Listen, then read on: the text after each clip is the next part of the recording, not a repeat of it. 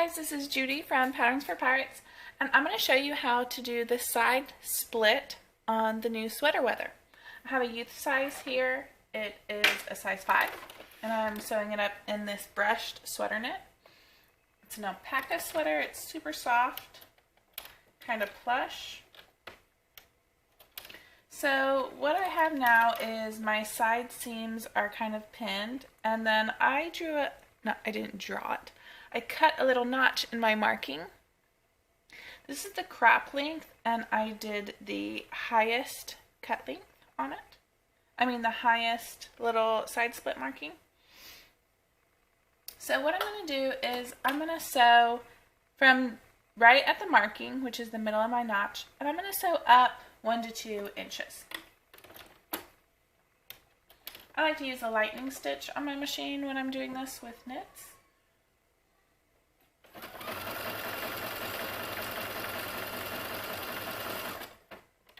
You never backstitch when you use a lightning stitch.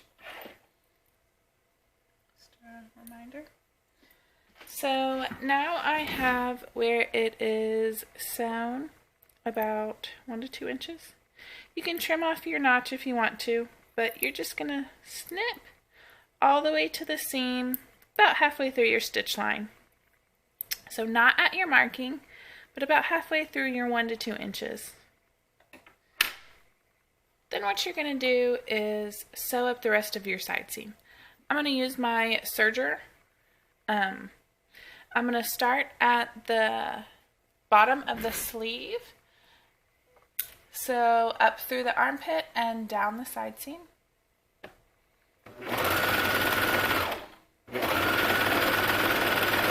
have to remember to finish off this little serger tail right here. You can do that whichever is your favorite method. If you are not sure how to finish off a serger tail, we have a blog post on the P4P blog, and I think it's 5 ways you can finish off a serger tail. What I'm going to do is I'm going to serge down to the very bottom, and then I'm going to flip it and serge back a little bit. That's my favorite way to finish off a serger tail. Go real slow at the end. Lift my presser foot and flip it around, and then I'm just going to serge back the other way. Just a little bit and serge off.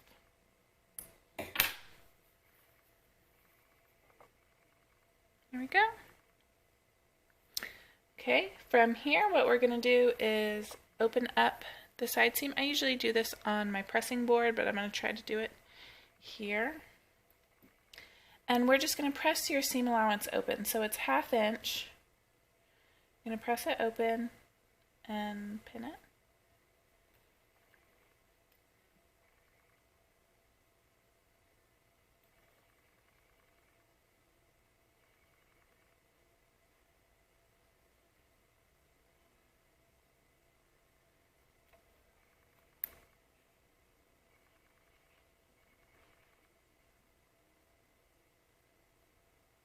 Like that.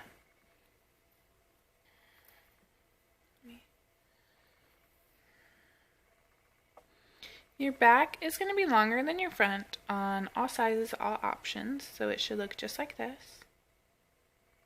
And actually on this one we have it where you sew the bottom first. So I'm actually going to unpin these bottom ones, but you do want to press them. We'll attach the bottom band and then finish off the side seams with some hems. So I've already sewn up my bottom bands on the 2 edges, the 2 sides, flipped them right side out, marked the center. So what you're going to do is you're going to align the edge of this 1/2 inch away from the bottom, this side. So here's my side seam with that side split. I'm just aligning the edge of my band 1/2 inch away. And I'm going to do that on both sides. It's a little different than we've done it before. I just really love to show different methods and different ways you can do things on all my different patterns.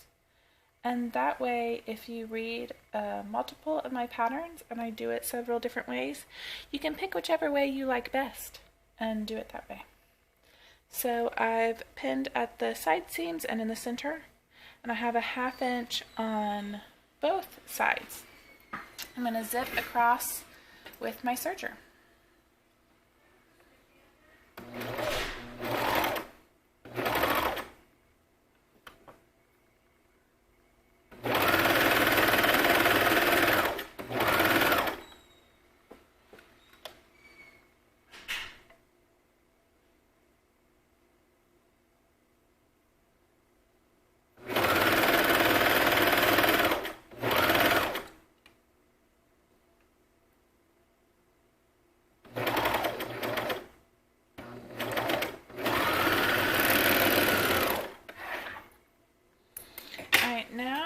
You're going to press that seam, and you can finish off your side seam on these. All you're going to do is, from the back side, press your seam up, and then you're going to press the rest of your seam allowance over, and it should finish pinning that whole side. Just like that. I'm going to repeat on this side, press my seam up towards the top of my shirt, and add a pin, and then just repeat on the back or the front, whichever one you did first. So again, 1/2 inch on both sides and pin in the center. Should be really close to the same size as your shirt. It's actually a teeny bit smaller, but with stretch fabric you're probably not going to notice.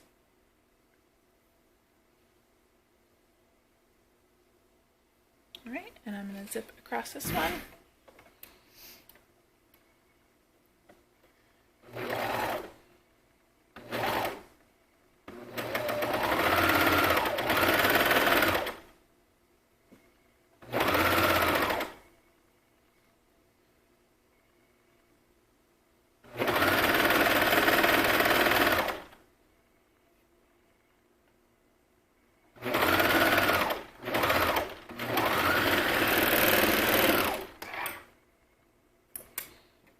And I'm going to pin it exactly the same, press the seam allowance up towards the shirt,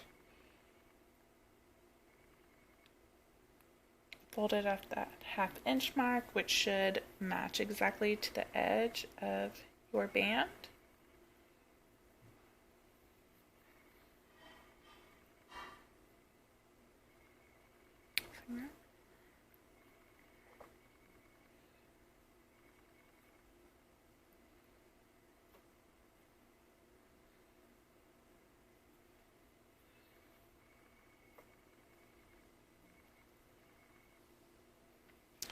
Alright, so from both sides, now that both bands are put on, it's all done, and I am just going to top stitch this little V section right here. You can use your favorite knit top stitching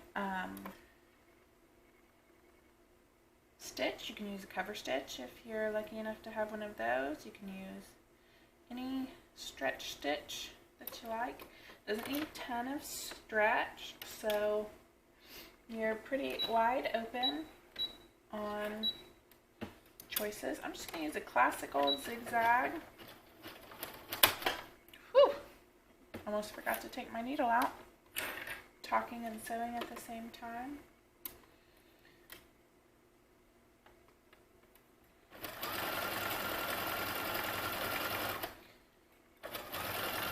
I just come to a V right to the seam. You can come up, over, and out, kind of like a box shape. I always just come to a V at the top. I like the way that looks. It's really just your preference on what it looks like. So.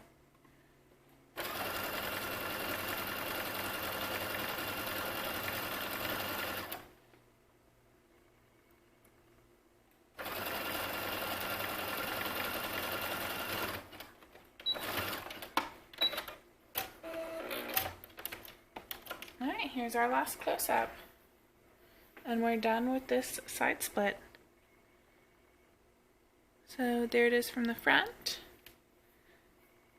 And here it is from the back. I'll just trim these up. You can trim off these little triangles right here at the top. If you go into a triangle like me, you'll want to trim those off probably. If you go up like a rectangle, then you won't have much to trim there. You can trim off these little serger tails here. And we're done. And they're easy and they're super cute and on trend. So I can't wait to see your sew up of the sweater weather. Don't forget to share with us. And I hope you love the side split just like I do. And if it was your first time, I hope this video helped make it easier, or maybe doing it in this different order was new for you, and I hope this video helped that. Anyway, I can't wait to see yours.